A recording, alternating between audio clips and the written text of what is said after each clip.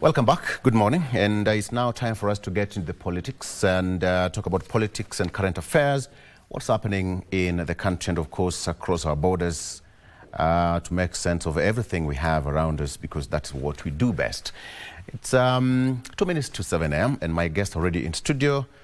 Let me start by introducing Honorable Francis Kaviu, who is the minority leader in the County Assembly of Machakos, as well as Honorable Seth Panyako, who is MP candidate, Malava constituency under DAPK. Gentlemen, thank you so much for joining us. Thank you. Francis, good morning. Good morning, Victor. How is our neighbors? Machakos is good. At least it's raining. Yeah, absolutely. Farmers are busy on their farms. Yeah. But it cannot be busier than Western Kenya. I know that place very well, and Seth Panyako will testify to that. Sure. It's raining. Mheshimiwa, karibu sana. Thank you. It's a long battle for you. How is it? Well, it's shaping out very well. Right? Yeah. People are speaking. Right. And they are speaking loudly and very clear on what they want to be done and who they want to be elected. And therefore, we are on course. Yeah. Okay, we'll talk much about that later on. But let me start with the front page of our local dailies. Let me start, Francis, what do you have there? You have the front page of the Star. The Star. What do you have on the front page of the Star? Gachagua. Just raise it up to the camera, kindly. There you go. So what's on the front page? Gachagua to back, go ahead. Gachagua to back Kalonzo, Natembea and Matiang'i lineup. Yeah, there is a picture of the four gentlemen. Yes. On the front page. And also there is a question. Will Raila influence 2027 election from his grave? XDP won't run for presidency, but will get 50% of Kalonzo government. That is according to the Star newspaper. Yes. Gachagua to back Kalonzo, Natembea and Matiang'i lineup. What do you make of that headline? Let me start with that. You are a member of Wiper? I'm not a member of Wiper. I'm elected on a Maendeleo Chap ticket. Very good.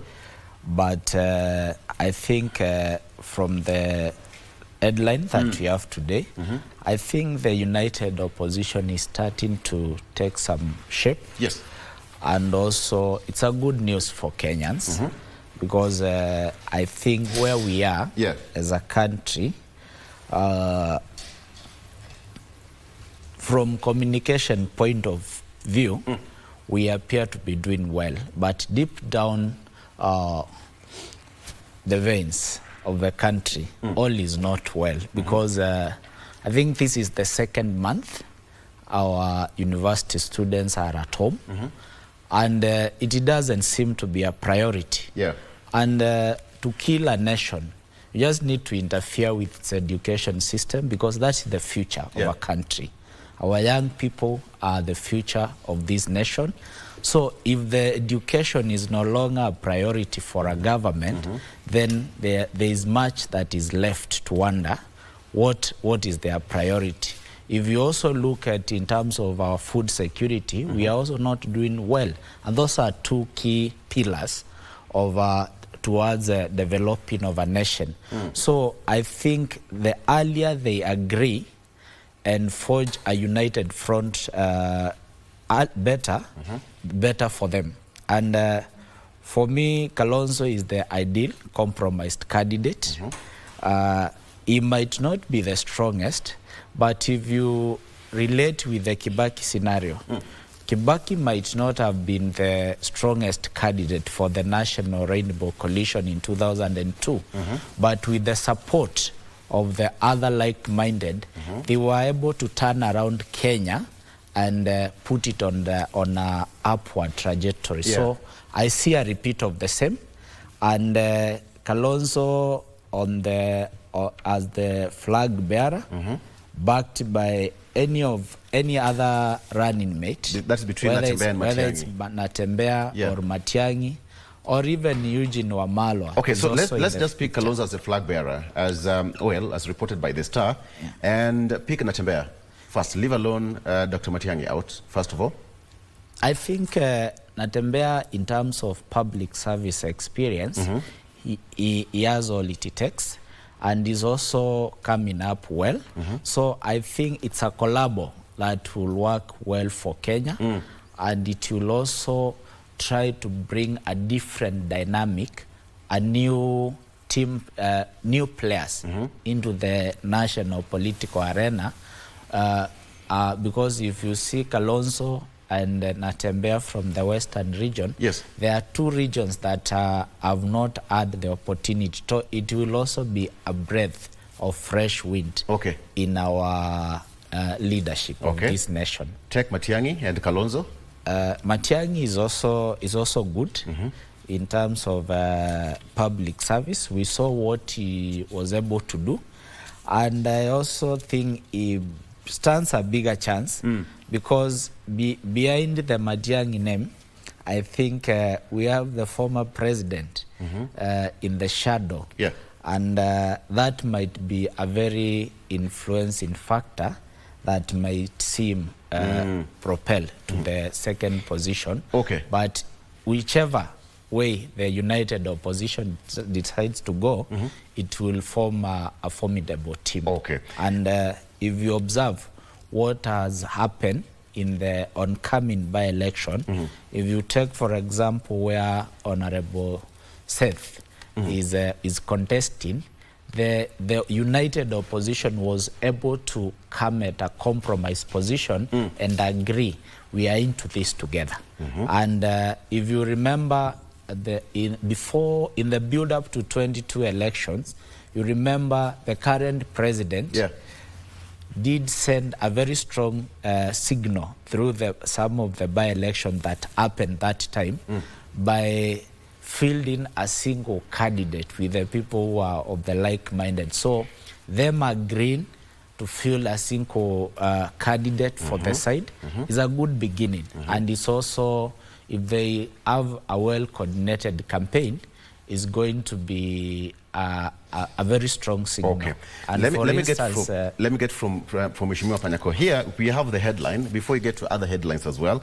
So what do you make of this lineup? Gachagua, to back Kalonzo, Natembeya and Matiang'i lineup. You see, every Kenyan who is able has the right to become the president or the deputy president. Yes. But you know, politics in Kenya, we say, is local. So the local matrix have to come in strongly when choosing a presidential candidate and the running mate. In this particular case, Kalonzo, Musyoka, Natembeya lineup would be the strongest in these speculations. The reason is that Natembeya has become a phenomenon. He's rising and is becoming a unifying factor with the Mlembe nation. And therefore picking him for the deputy president will definitely unite and solidly have the Mlembe nation behind him, and will be assured of about 4.2. Will he crack that hard nut? Because the Mlembe nation, that unity has been quite elusive every electoral cycle. The Mlembe nation is not fighting for unity. The unity is following what they are fighting for. We, the current crop of politicians, we are not fighting for the traditional unity. We are fighting for dignity and respect for the Luhya nation. And the dignity and the respect of the Luhya nation, automatically, it's sounding very well for the Mlembe nation, because we believe we have not been respected and placed where we belong as a community. And that is why Natembeya and the new political message that we have for our people is resonating very well with them. I have not been a proponent of Luhya unity, because unity is something that comes automatically. It must be grounded on certain principles that bring people together. And in this case, maybe we have been lacking things that bring us together as a nation. What are these? I cannot tell you, but at the moment, what's bringing the Luhya nation together is realization that other political players, communities, have not taken the Luhya community with the seriousness that it deserves in recent times. And that is why even when you see the Malava by-election that is being conducted by UDA, where there is a gentleman called Farouk, who sleeps in Malava, wakes up in Malava, is the one campaigning, is the one moving from place to place. They have completely despised the Luhya people within the UDA fraternity, like Mudavadi, Wetangula, they are not on the ground. It's Farouk doing it. And this shows that these people have no any respect for the Luhya nation. And therefore, we have realized that for us not fighting for our dignity and for respect, we will not be able to achieve much on the national platform. And this is a uniting factor. And that is why you see Natembeya has come up strongly with the Tawe movement. And when you hear the messaging clearly, is about our people being respected. And I can assure you the message is being well received by our people. And that will be the uniting factor. So the unity that people have been talking about must follow a particular thing that brings people together. Okay. What do you have on there? Do you have a delineation with you? It's the standard. The standard. Mheshimiwa, you have delineation with you there. Yes, I have. What's the front page of the Daily Nation? I have the Daily Nation here. Okay. What does it say? Yeah, it says buried alive. Yeah. Go ahead, give us the explainer. And for residents of some villages in Hilly Elgeyo Marakwet County, the events of the last 4 days are straight out of a horror movie. One moment they are full of life, sharing evening meals before going to bed. The next they lie either lifeless or injured under heaps of soil and huge rocks. Their homes swallowed by the ground or pounded flat.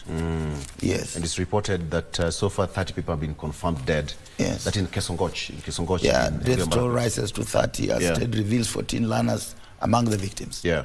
And the top header there is about Samia sworn into office in private ceremony. That's quite unprecedented. Perhaps you can just take us through that headline as well. Mheshimiwa. Go ahead, Mheshimiwa Seth. This is a shame of Africa and a shame for the women. She has laid down the women gender and she's a true face of impunity. And to me, anybody who has congratulated her shouldn't be in office anywhere in the world. What she has done is a shame for Africa, and I'm ashamed being among the East African community, because you cannot go for an election to compete against your own shadow. Then you wake up tomorrow and say you have won with almost 100%. I think the Tanzanian people deserves better than that. She has watered down and brought out the Tanzania that people have not known for many years. We have known Tanzania as a peaceful country. They love each other. They speak Swahili language, and their tribe is always Nduku na Dada. But now this lady has destroyed all that and made Tanzania look like a country that does not respect tenets of democracy. I mean, when you look at the whole of that, I'll come to the standard later on. But Francis, if you look at whatever happened in Tanzania and the way the swearing in was done, does it remind you of our history sometimes back in the country? I think then which really changed our political landscape. Yes, Victor. If you look at what is happening, because somebody who is elected by citizen at 97 point something %, I don't understand why you'll be scared. To an extent, you are being sworn in a barrack. That tells a lot about what transpired. And I don't know when our African leaders, when will we learn? Because we need to understand Kenya can do without Francis. Kenya can do without Seth. Kenya can do without President Ruto. Kenya can do without Gachagua and any other leader. And the moment we understand that we hold these offices in trust of the people, then you will not need to force yourself on the people, because even our deputy president attending the ceremony is a mockery to the principle and the spirit of democracy that we enjoy here in Kenya, because this was pure impunity. Because if Samia Suluhu was overwhelmingly elected by the people of Tanzania, as she would like us to believe, then there will be no need for her to ban opposition parties, shut down internet. That tells a lot. So I think East Africa should learn something from it. And it's the same thing that is happening in Tanzania. You have seen what in Uganda, you have seen what Besigye has been going through. And that is also happening here in Kenya, because Samia didn't become a dictator overnight.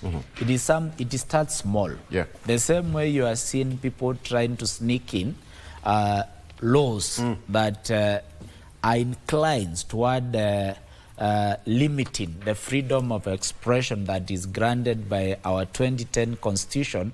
So it starts that small, because if you are a public leader or a servant and you are not able to accept, or you are not strong enough to accept, digest, and allow yourself to be criticized, then you are not ready to lead people. So that is what our leaders need to understand. Okay. And away from Tanzania, look at Cameroon. Sometimes you wonder, at 92 years, what is that somebody has not been able to achieve for over 50 years of power that you want to do probably in the in the next knee? At 92, somebody should be resting somewhere in their ranch and allow other people, because leadership is not about monopoly. There are other people with better ideas, and the more, because look at what Kibaki did. Yeah. And within a span of 10 years, compared to what we had experienced for 24 years. So that tells you, the more diversity we allow, the more often we allow change in terms of leadership, then the more new ideas we are likely to get. Let's welcome Dr.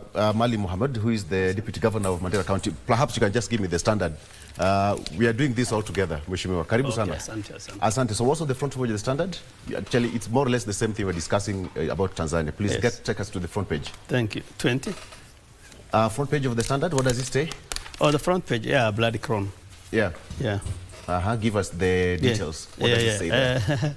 Well, I've heard what my colleagues here are saying, and it's a very interesting... Just read it first. Just read the front page. The whole entire thing. Kindly. So it clearly says, a bloody crown, Dictator's Day, apart from Zambia's Hakainde Hichilema, whose owns rise from a jail cell under Edgar Lungu Mira's Tanzania's Tundu Lissu.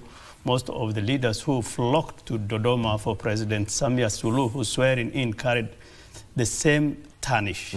Among them was Kenya's Deputy President, Kithure Kindiki, hardened by last year's Gen Z protests that left scores dead. Together, they stood a fraternity of power, honed in silencing dissent, shielding their regimes from scrutiny, and securing victory through the shadows of disputed elections. Two things. SADC also sent their message. Think about that. And what if Mwalimu Julius Nyerere were to wake up this morning and check what he left behind? Absolutely. You know it is really a shock. Yeah. To all of us that Tanzania will turn out to be what it has turned out to be today. Number one, Tanzania was the most disciplined African country in this continent. Beacon of peace. It was the beacon of peace. It was a beacon of unity, of brotherhood, everything that Africa wanted, other than the economic growth, which we share across the continent, which was not very well. But in terms of other social, and political cohesion, Tanzania has always stood out for this continent. And it was really a very big shock that Tanzania will be what it is. And above that, also, President Samia Suluhu will also be turning out to be what she has turned out. As far as I'm concerned, it is really a huge departure for the future that Tanzania was looking at. It's a huge departure for what Tanzania has stood for. And really, it is a disappointment for the entire continent of Africa. And so we really need to go back and debate, because Africa cannot continue to be what it is really, the direction that it is heading. Yes. Was one of my colleagues just mentioned a guy who has, put himself by force at the age of 92. That's really, really saddening. So I think as Africans, we need to go back and debate and see whether this, in today's age, whether this is the direction that this continent should continue to take. Okay. So let's come back and discuss this. Mheshimiwa Seth, when all of this is happening across the country, let's come back home. Can you hear the political and the 2027 political drumbeats beating beyond or behind the horizon? Can you hear how loud that drum is being beaten? Yeah, the drum is being beaten headed towards the Samia Suluhu's direction, because when you hear this, the head of state who holds instrument of authority, and is supposed to be a symbol of national unity, saying that my opponent have no brains, and saying that he will beat them very early in the morning. And then you realize that this is a man who does not believe that democracy prevails. Because you cannot, and you hear him say that the person who was giving some little competition with sufrias on the head is no longer there. Then you see that we have a problem in the country. And from where I sit, Kenyans will not allow this country to go in the way of Tanzania or Uganda.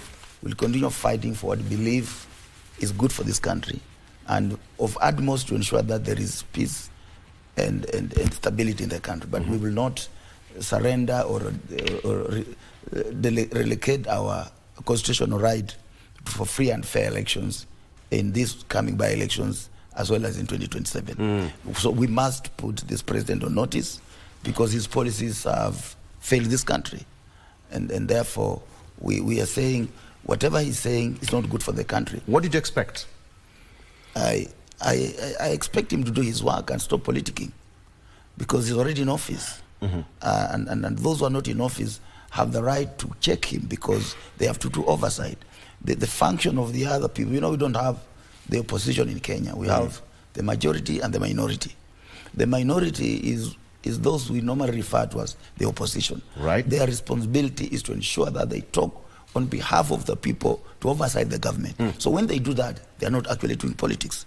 They are doing the work of oversight. And the responsibility of the president is to respond to what's being raised by the people who are oversighting the government by doing the right thing, and not just thumping and saying, I've already won the 2027 elections, the opposition have no brains, the man with the sufuria who was giving it little trouble is no longer there. Some would argue that that's a political statement made in a political rally, with people cheering in Western Kenya, Mheshimiwa. Kenyans, when you have hired crowds, they are waiting to be given 5,000. No, how do you say that? That was No, when you have hired crowds, they will cheer everything. Even if you tell them that I'm going to kill your mother, they will cheer. A person with a brain cannot cheer when you say that a person with a spray on the head who used to give me some little competition is no longer there. It means seriously you know something more than what we know as Kenyans. And that is not something that any person with a clean mind who can, an average reasoner, should not be able to clap. Even the person who is not going to school. What do you make of this, Francis? Because it's interesting. The political drumbeats, and whoever is beating it, which may even you people are beating it already. And I can hear how loud that drum is. What are you seeing? What can you hear? I think... from Western, it's Isikuti being beaten thoroughly. I think apart from what Honorable Seth is trying to insinuate, the current president is someone you can't underrate. And instead of the united opposition on focusing on what he's saying, because he could be making those distraction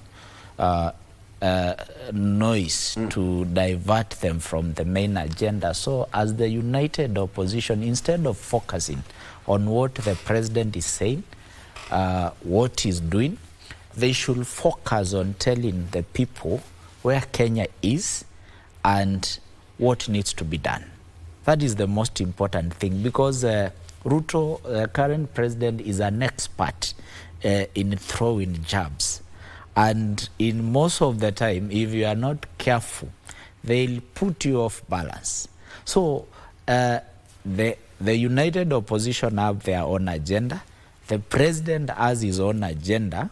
So for them is to focus. And it's unfortunate not every average Kenyans thinks in the dimension of Honorable Seth Panyako, because that is where we are.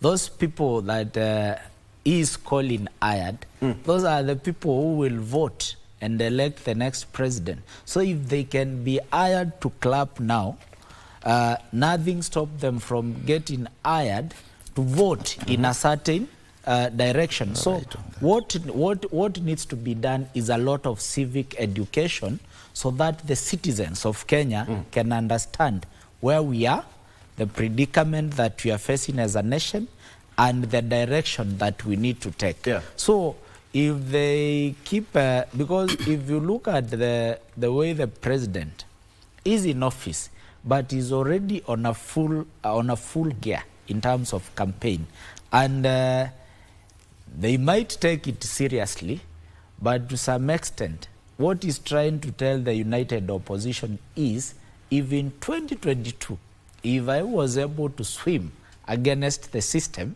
and beat it to ascend to the throne, I don't see any bigger challenge come 2027, since I have the system, and I'm also I have the machine guns to mobilize and put up a sprinted campaign. So what the opposition needs to do is to be prepared, and prepare well. It is not going to be a walk in the park. It does not be a walk in the park. Yeah. Weshimo, I mean, I'm looking at this way. There's a very thin line between politics and development tours that is happening across the country, even in your own county, in your own constituencies. There's a very thin line. It's list. It's one and the same thing.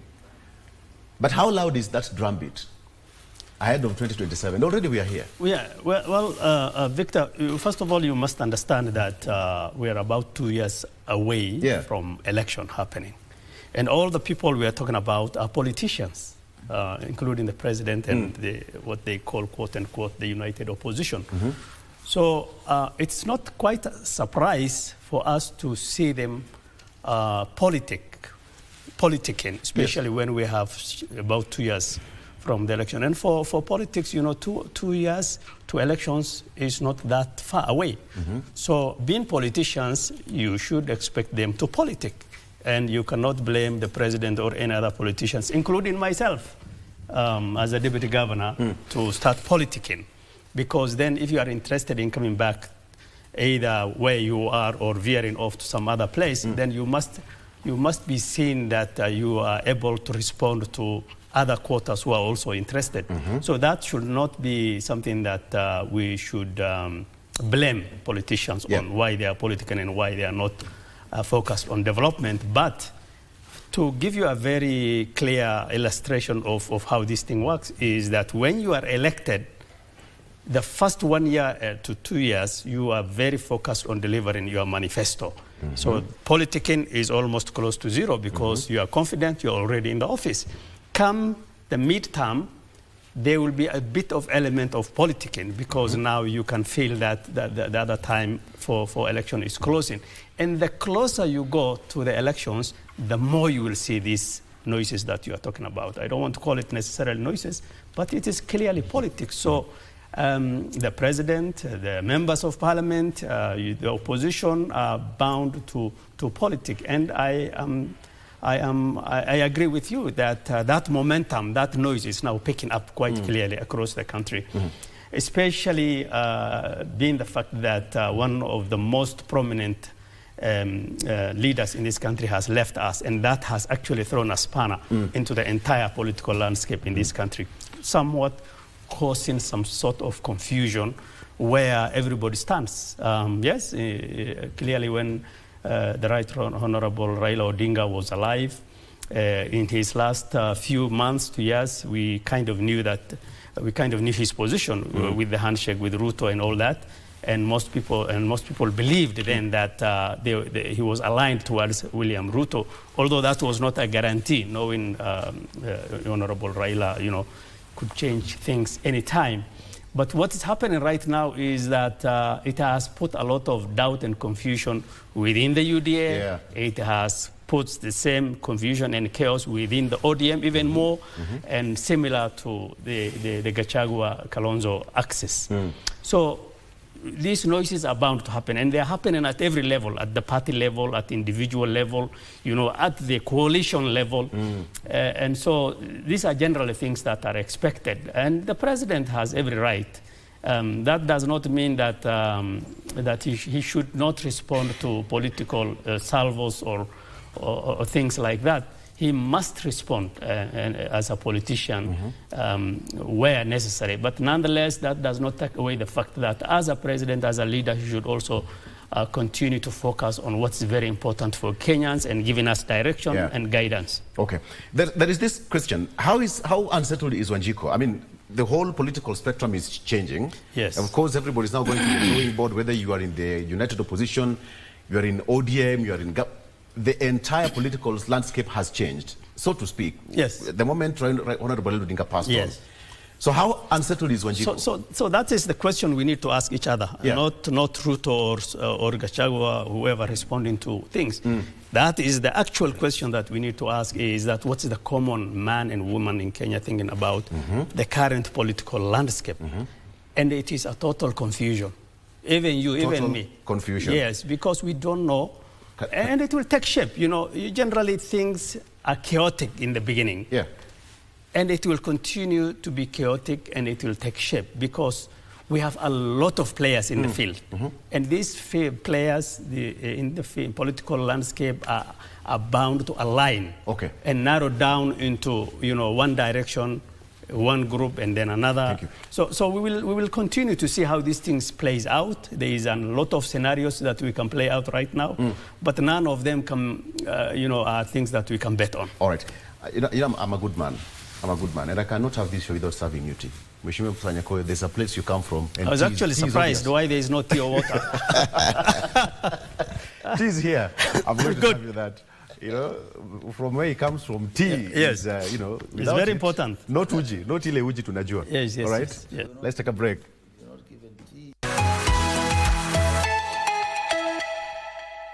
Back. If you've just joined us, you've missed a bit of the show, but hey, we are here to get you updated. Now, my question is, how unsettled is Wanjiku? Because now it seems that the political landscape has changed. So let me come back to you, Mheshimiwa Panyako. Wanjiku is the final boss here when it comes to elections. Wanjiku is the boss. How unsettled is Wanjiku? Wanjiku is very much unsettled because of the harsh economic realities, political intolerance, as well as social factors that are affecting him. I am not a political scientist, but I'll try to narrow these things down to what is affecting the common mananji. The current political formation will be formed on the issues that are really affecting the common man. And one of the issues, for example, when you look at the health sector, where I belong, when we formed this government, because I was the founding member of UDA party, I was the first vice chair in charge of strategy and programs. We promised the Kenyan people a lot of improvement in the health sector. But when you go to the crown today, women will tell you that during President Uhuru Kenyatta's time, we had what was called Linda Mama, that you go to hospital, you give birth, and you go home. The Linda Mama takes care of that aspect. On top of that, in a place like Kakamega County, we had Oparanya Care. Within the 6 months, the mother was given birth, will be given 2,000 to go with it at home. Today, all mothers who are going to hospital to give birth have to pay for that. That Linda Mama has been removed by this regime. When you look at secondary education, for example, we used to have Edu Afya that was there by the former President Uhuru Kenyatta. When we came to power, we scrapped Edu Afya. During that time, when your child falls sick and is in high school, the teacher will take your student to any health facility and will call the parent or the guardian, and the guardian will follow that child to where he or she has been admitted, and the Edu Afya will take care of the medical bill. That too has been removed. Look at capitation. High school, President Uhuru Kenyatta left at 24,000 shillings. This regime has reduced it from 24,000 to 15,000. Parents are now supposed to pay. I'm paying 9,000 more. The same applies to primary schools. These are issues. The primary school has been reduced from 2,400 to 1,300. These are issues that are affecting our people. When you go to the villages, the issue of electricity supply to the villages is not there. People are still suffering. The poor road network, especially where I come from in Malava. People have problems. Then we look at political intolerance, how our children were killed during the Mandamano's time. This affects our people. We have parent children in our villages, and they continue to affect our people. And therefore, really issues are going to shape the direction that Kenyans are going to take. And we will ensure, we in the political sphere, that we sensitize and educate our people on real issues. So when you look at that, you definitely say that we have not improved Kenyan lives. Generally, look at the workers. We have been, the workers have lost 2.7% of their gross salary to this thing they're calling SHA, which is not even working. Yeah. The workers have lost, is it 1.5% for housing levy to build houses? They are selling those houses and they are not telling you where the money is going. Land is free. They have taken land, stolen public land, built those houses, sold to private individuals, and you don't know where the money is going. So the workers of this country will vote to almost the last man against this government. And these are really issues affecting people. The purchasing power for Kenyan workers has been interfered completely. And the translation of it is that this money doesn't reach the Mamamboka down there. We promised better life for Mamambokas, we promised better life for Botabotas. So when you remove Linda Mama, are you helping a Botabota? When you reduce Edu Afi, are you helping Mamamboka? When you go around and kill our children, we become political intolerance, are you helping the Kenyan citizen? So the Wanjiku has not, to me, is having serious issues that will shape the current political direction. Yeah. Yeah. Okay. Francis? I think as a nation, the common or the ordinary citizen, I would describe them as disappointed, because most of the pledges or promises that were made by the current government in the build-up to 2022 election, a promise of a better future, a promise of a better Kenya in terms of economic advancement, that has not been realized. So it leaves the Wanjiku at a disadvantaged point. And that is likely to have a bearing impact come 2027.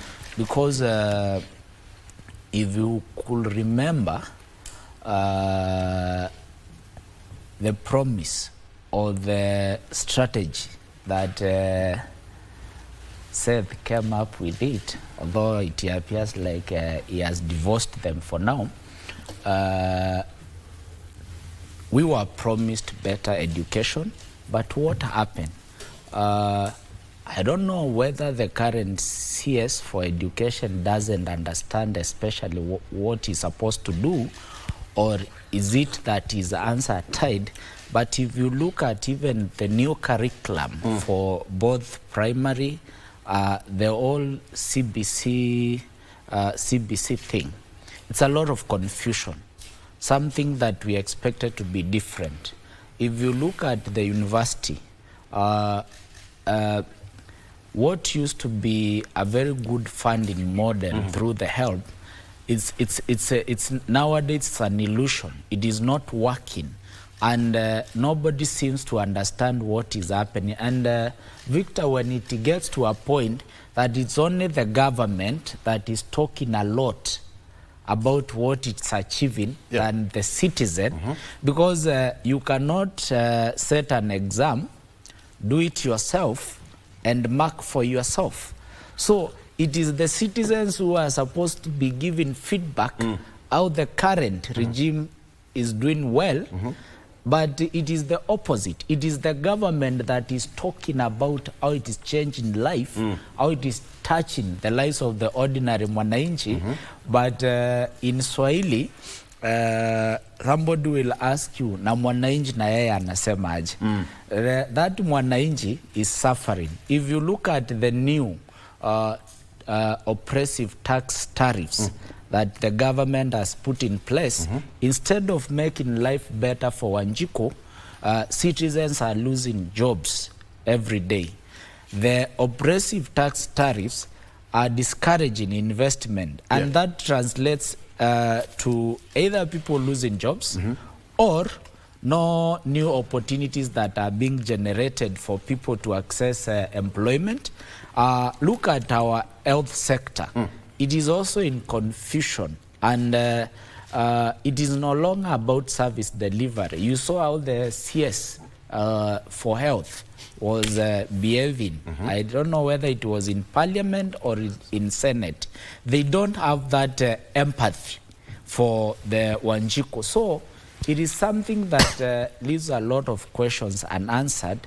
And I think even for the common investor, you see, if statistics are done, the people who are being depressed for just deciding to be investors or to do business in Kenya, KRA, it has turned away from its mandate of ensuring that our tax policies are implemented well to a tormentor. It is a crime nowadays. If you are an investor, the same government, you do job with them, they are not paying at the county levels, but the moment you invoice, KRA is on your back demanding for you to honor your tax obligation immediately. But the same government or a county government will take 1 to 2 years, and sometimes it is not their wish. You will find, let's say for example, where His Excellency comes from, they will give some work based on their budget projection, expecting to get timely disbursement from the National Treasury, but they end up being frustrated, and that frustration goes down and translates to the investor, to the contractors who are doing work. Yet KRA is very is on their case, on their neck. So what they end up being depressed, and some of them are even taking away their lives because it is becoming unbearable. So it is high time the current regime, they stop talking about how good they are doing to make Kenyans' lives better, and allow Kenyans to give them feedback and listen. Because look at the working class. For a longer period, they never used to bother. But now, the government is on them. You are paid like 100,000, but it is mutilated. By the time you get the net pay, less than half. The government is taking almost 55% of your earning, and sometimes it is not wrong to tax people. But when you tax people and they are not seen, they are not getting the service delivery that is equals the tax that you are getting from them, then there is a problem. I think where we are is only the president and his close associate who attest and believe to the ideology that we are doing better as a country. And we are going back to those times.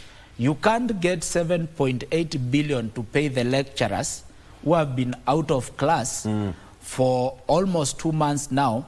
But if you look at the border empowerment, where the president was given 3.5 million as his donation, you multiply, do we have 207 constituencies? So if you multiply that amount by the total number of constituencies and add now the amount that is being given to, and there was also the previous empowerment that had happened before this one, if you combine those funds, you will find that we have enough money to pay the lecturers and keep them in classroom.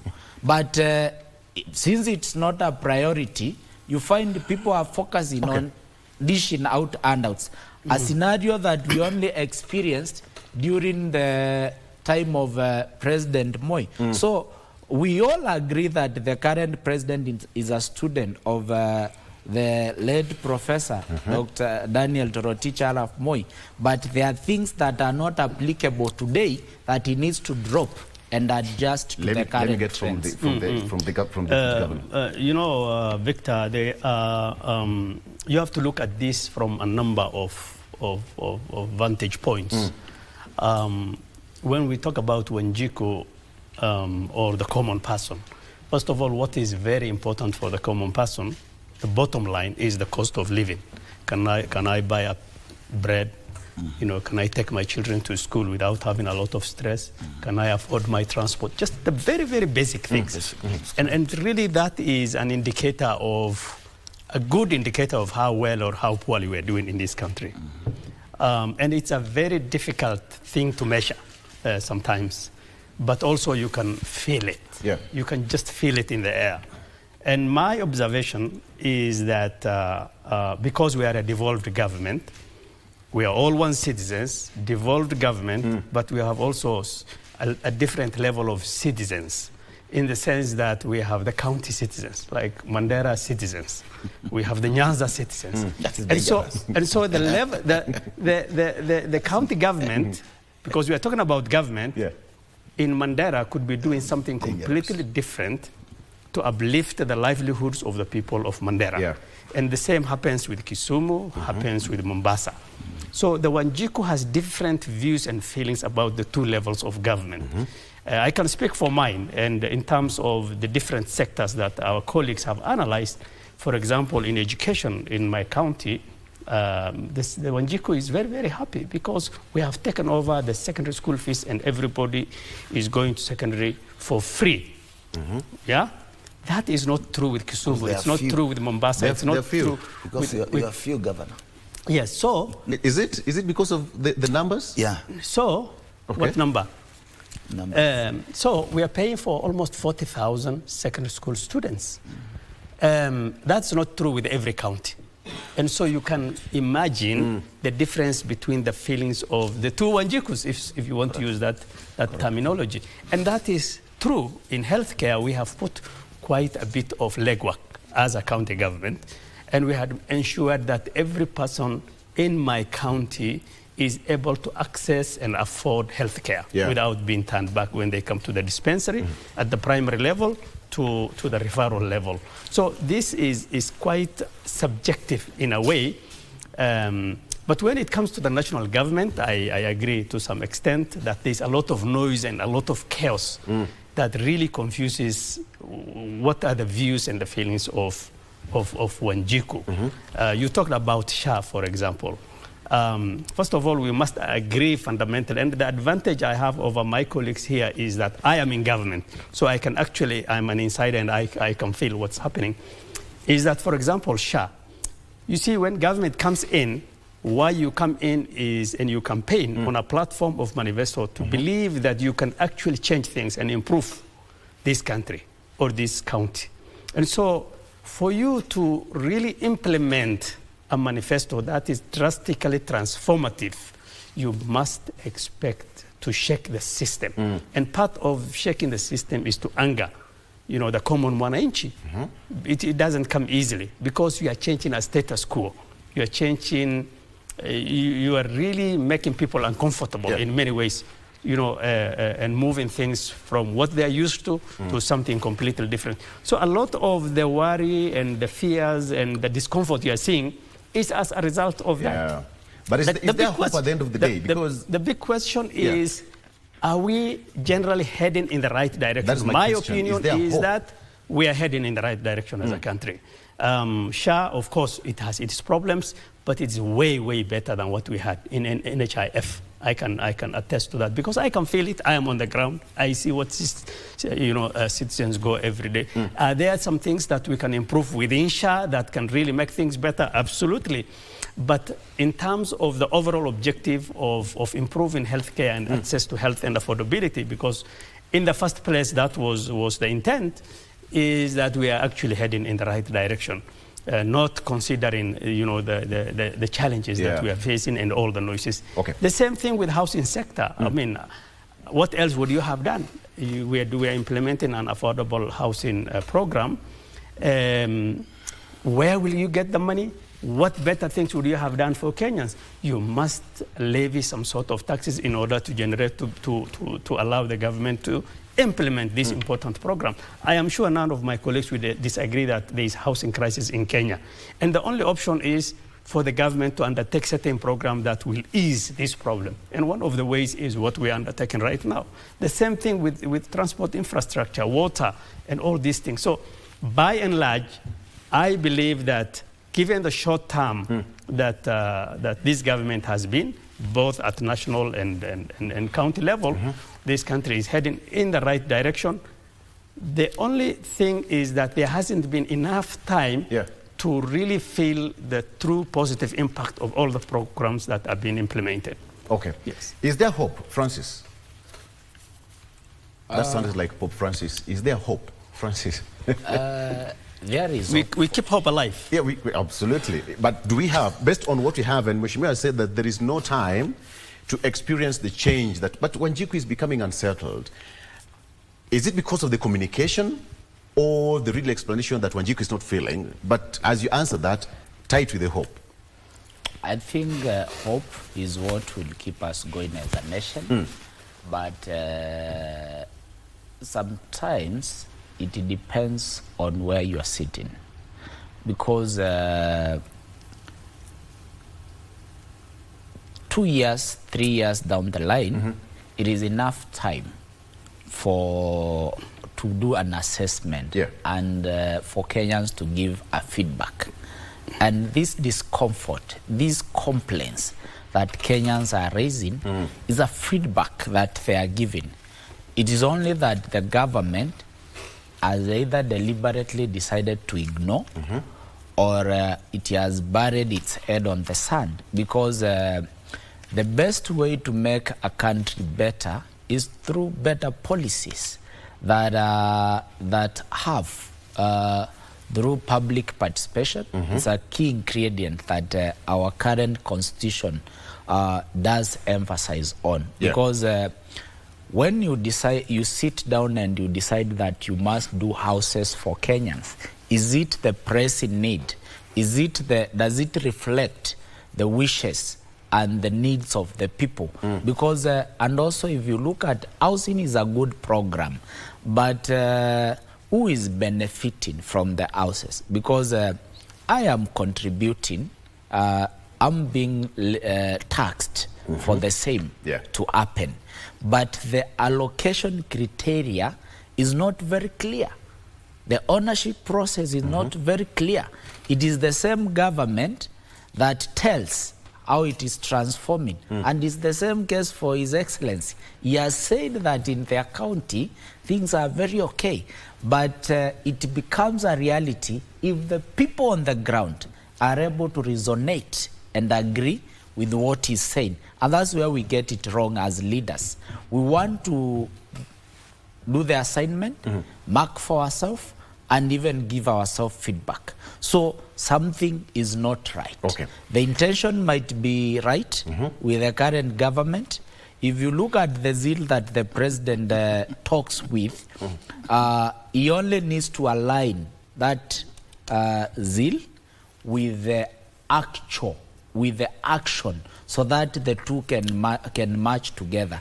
Because if you talk big and your talking is not aligned to the right actions, then you might not achieve what is there. I want to give that hope is there. Yes, but I think a lot need to be adjusted, and the Mwananchi must rise to the occasion and demand for a better Kenya. This brings me to the next question. Honorable Seth Panyako has a battle, Mheshimiwa DG. Malava constituency is raising a lot of focus and attention in the country. That's Malava constituency. I wanted to comment on this. You are sidelining me in this show. No. There's a way I wanted to tie it. Yeah. Okay, but you can go ahead. But I still want to ask you this question. It will be wrong for me to keep quiet when the deputy governor has raised critical issues. First of all, about SHA. He says it's working. Do you know that he does not rely on SHA? He has a complete medical cover paid by our taxes. So he does not understand what a common mwananchi is going through with SHA. Today, NHIF, for example, you are required to pay 500 for 3 months. Then you access the care, which to common mwananchi was much better. Common mwananchi on the ground, because me, I'm on the ground and I'm paying SHA for very many people in the village. A widow who has lost her husband, who's a breadwinner, because the husband used to send to her maybe 5,000, 3,000 per month or whatever for upkeep. When you go to register for SHA, they will look into her phone and say, oh, you have been getting this amount of money. No, you need to pay 1,000 shillings per month. And you have to pay that 1,000 for 12 months for you to access the care. What is the next problem with that? What happens is that this SHA now is not a medical scheme. It's not a social protection scheme. It appears now if you fall sick, you pay. If you don't fall sick, you don't pay. What is the net effect? The net effect that you and me that have a pay slip are the ones now who are going to finance those who are paying when they fall sick. Because if you pay 12,000, your bill is 500, and SHA pays that. Who pays about over 100, 400 and something thousand? The issue of social protection, health services being one of them, is that we pay many of us so that those who are not sick in the course of the year will help to pay those who fall sick. But this system now tells you just wait to become sick, then you pay. So it means you and me that have a pay slip are the ones going to pay for these other people. Yeah. At the end of the day, you have heard even them saying, I was the first person to say SHA is bound to collapse. Of course, with the corruption inside it. But you saw they were saying the expenditure, what they are paying is much more than what they are getting. It's bound to happen. So it would have been better for it to remain the way it was and make improvement within the NHIF that we had. That issue is the one that's really affecting common man on the ground. You have to pay for a whole year for you to access. So sisi ambao tuko kwa ground huko tunasaidia wananchi ndio unajua hizi shida. Are you saying that? Mheshimiwa, you need to go back and look what NHIF was. No, I'm talking about practical claim things. That we could transform NHIF. In transforming NHIF, that is what you have. That's why you have SHA and SHIF. I am by the way. telling you, when you talk, I was keeping quiet. Because it will but we have to make necessary corrections. It will become an exchange. Yes. Which is not good. Two, I've talked about Linda Mama that has been removed. Edu Afe that has been removed. How have you proved that? You have made the life. By the way, Linda Mama is Linda everybody now, eh? It's not only mamas, including men, children, and everybody. Okay. Because I have only 2 minutes to go. Okay. Mheshimiwa Sachmanako, gentleman, he has a battle to fight on 27th. I wish him luck. Thank you. But he needs to change kidogo. From where? We must start looking at SHA properly. Properly? Yes. Mheshimiwa, what are you going to do differently in Malava? Why is it raising a lot of focus in the country? I mean, we are not breathing in Nairobi because of Malava. All the money that is being stolen is now being brought to Malava. I'm telling you, we have a country where the president is richer than the country itself. You can't say that. You cannot be a president. You call 10,000 teachers in State House and you give each one of them 10,000. How are you going to... come to State House, Kakamega, you call 5,000 people, you give each one of them 5,000, and you have no money to pay for lecturers. How are you going to change Malava? How we are going to change Malava? Simply, we are going to... First, the main important thing I'm promising my people is what we call public participation. The money that comes to National Constituency Development Fund belongs to the people. And therefore, the project that this money is supposed to do, we must involve the people. So all the projects, electricity, bursary fund to our children, security improvement, infrastructure in schools, all these things, according to my leadership, must come from the people. Initially, what has been happening has been, the Member of Parliament has been running these CDF as their own properties. People don't participate in the project, and that's why, like where I come from. Victor, okay, we have not a lot of time, as you have said, and I'm not here to interrupt. Okay. But sometimes, when people speak, you also have to look at the background. And my friend here, Mheshimiwa Seth, a very good man, who I hope he will clinch the seat so that he can understand some few things, is that, first of all, you must remember he was a founding member of UDA.